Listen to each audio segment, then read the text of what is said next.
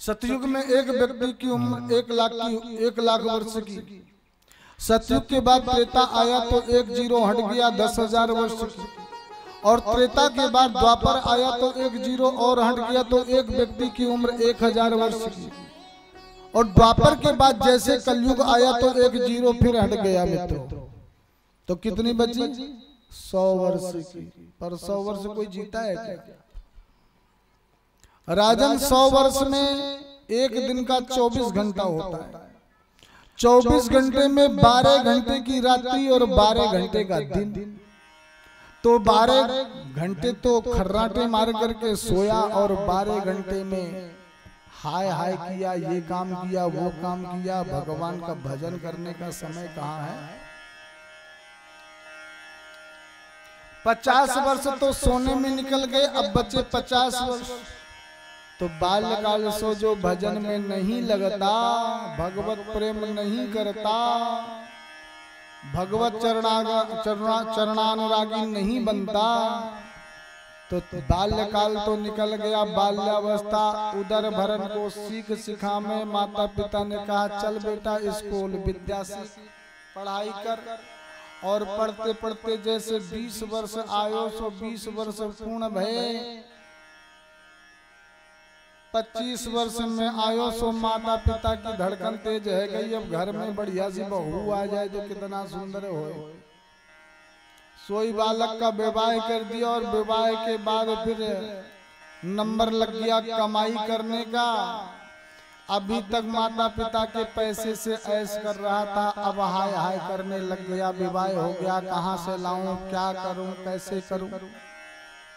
और कमाई करते करते करते करते पूरे 40 जैसे 35 वर्ष में पहुंचा तो 35 यानी 5 और 3 8, 80 वर्ष और 5 85 वर्ष। जब 85 वर्ष में पहुंचा तब हुआ कि अब लड़कियों का विवाह करना है, क्योंकि 50 वर्ष सोने वाले भी तो जुड़ेंगे। तो जो था वो लगा लगा करके शादी ब्याह करने लग गया। तब तक अपने पुत्रों का विवाह का नंबर और आ गया। और जहां बेटे के बेटा ने कहा बाबा, क्या कहता है बाबा, चल अब जंगल की ओर, घर में मत बैठ, बाबा बन जा। पर बाबा कहता है नहीं जाऊंगा। तो जब बाबा नहीं गया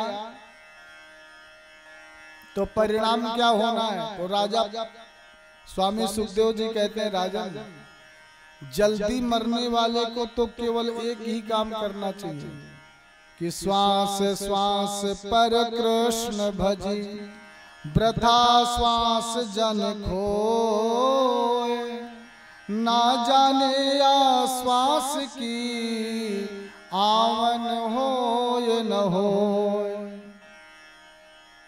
चलते फिरते उठते बैठते खाते पीते सोते जागते किसी भी स्थिति में रहे वो मेरे गोविंद का नाम स्मरण करता रहे। और श्वास हर श्वास पर मेरे गोविंद का नाम आता रहे। वो कब संभव होगा? देवियां बिचारी आज किसी भी शास्त्र को उठाइए, पुराण को उठाइए तो कहते हैं माताओं के हाथों से ही धर्म कार्य आज संभव हो पाता है। इन बंधुओं को भी कोई समेट के लाने वाला है तो कोई माताएं ही हैं। नहीं, इनका मन ही ना करे कि कुछ कर लेंगे। तो कहते हैं धर्म कार्य में सबसे बड़ा हाथ आज माताओं का है।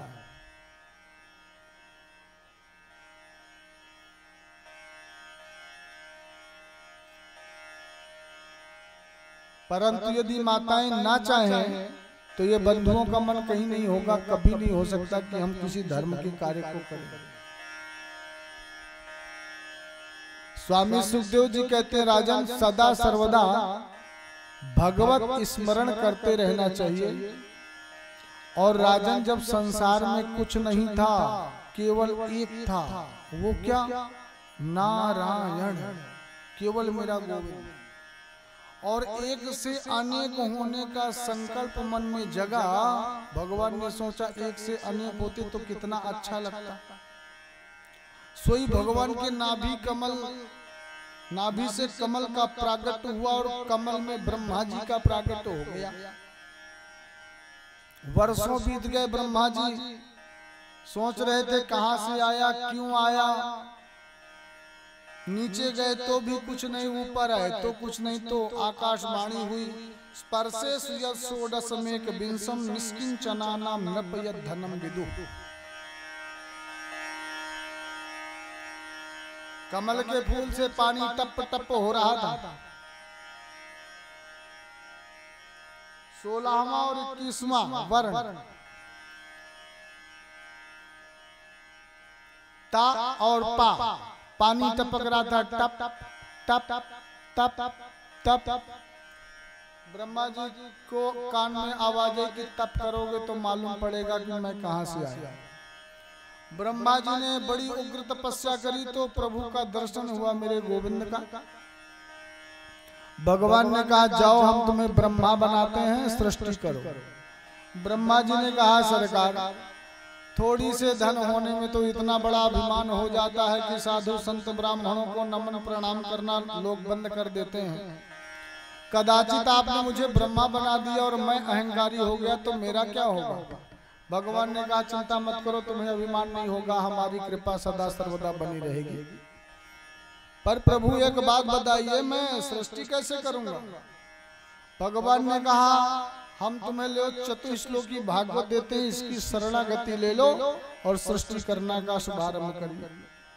तो भगवान ने चतुश्लोकी भागवत ब्रह्मा जी को प्रदान किया। अहमेवास्मेवाग्रे नान्यद यद सद सत्परम पश्चादहम यदे तच्चा यो वशिष्येत सोऽस्म्यहम् ऋतेर्थम यत् प्रतीयेत न प्रतीयेत चात्मनि तद विद्यादात्मनो मायम यथा भासो यथा तमः यथा महान्ति भूतानि भूतेषु च वचावचेष्वनु प्रविष्टान्या प्रविष्टानि तथा ते सुनते स्वहम् एतावदेव जिज्ञासं तत्त्वजिज्ञासुनात्मनः अन्वय व्यतिरेकाभ्याम यस्मात् सर्वत्र सर्वदा। जो भी संसार में दिख रहा है केवल मात्र मैं हूं, मेरे सिवा कोई सत्ता नहीं है। संसार में जो भी है सब मेरी ही सत्ता है। निमित्त बनकर के ब्रह्मा जी तुम्हें सृष्टि करना है। वो कैसे? बोले जैसे आपने किसी को 1 किलो सोने की ईंट दी। क्या दिया? ईंट दिया 1 किलो सोने की। अब सोने की ईंट आपने दिया और हमने उसके टुकड़े टुकड़े करके नाना प्रकार का आभूषण बनवाया। उन आभूषणों को हमने आपके सामने रखा तो आपने कही महाराज ये तो कान के कुंडल है, ये गले का हार है, ये गले की चैन है, ये हाथ का चूड़ा है, नाना प्रकार के नाम हो गए। पर आपने क्या दिया था? सोने की ईंट। पर हमने वहां में इतने आभूषण बनवाए कि वहां के नाम अनेक हो गए। और एक ही दिन जोर का गुस्सा आया सो वह सारे के सारे आभूषणों को लो करके ओखली में डाला और कूट करके रख दिया। तो पहले ईंट थी सोने की, बनने के बाद सोने के क्या हुए? आभूषण। और जब कूट दिया तो कूटने के बाद क्या हुआ? सोना बचा ना। उसी प्रकार भगवान कहते हैं इस सृष्टि में जो भी दिख रहा है केवल मात्र एक मेरी सत्ता है, दूसरा कोई नहीं है।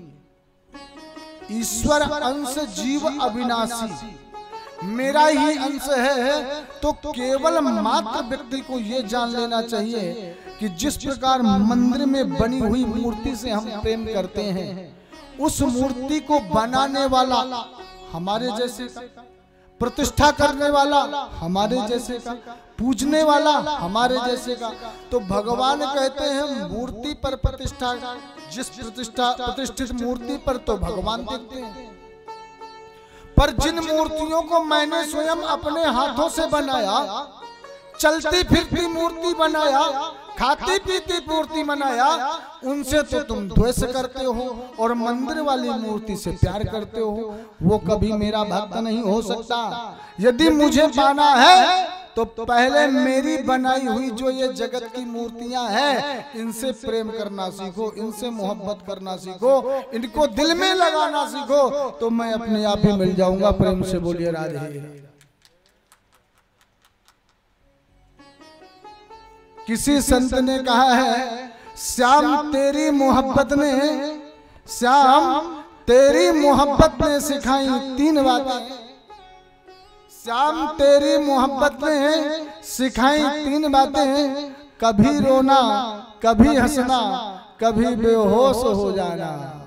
तो यदि वास्तव में भगवत प्रेम करना है तो पहले तो इन मूर्तियों से प्रेम करिए, और इन मूर्तियों से जब अच्छा दिल लग जाए, जलन और अंदर का जो बैठा हुआ मत्सर है वो समाप्त हो जाए, उस दिन फिर उसे प्रेम करना, तब देखिएगा क्या होता है। तब सब मीठा मीठा लगेगा। और आप हर समय गोविंद का नाम सुनते हैं कि गोविंद से प्यार करें, परंतु गोविंद के साथ साथ में यदि कहीं जीभ में थोड़ी से गुड़ की डली डाल लेना तो आनंद आ जाए, है? और गुड़ की डली जब तक नहीं डालेंगे तब तक प्रेम कैसे होगा। तो डाल लीजिए थोड़ी से, क्योंकि बिना गुड़ के स्वाद बेकार है, इसलिए स्वाद को बढ़ाइए। वो कौन सा स्वाद है? ओ मिश्री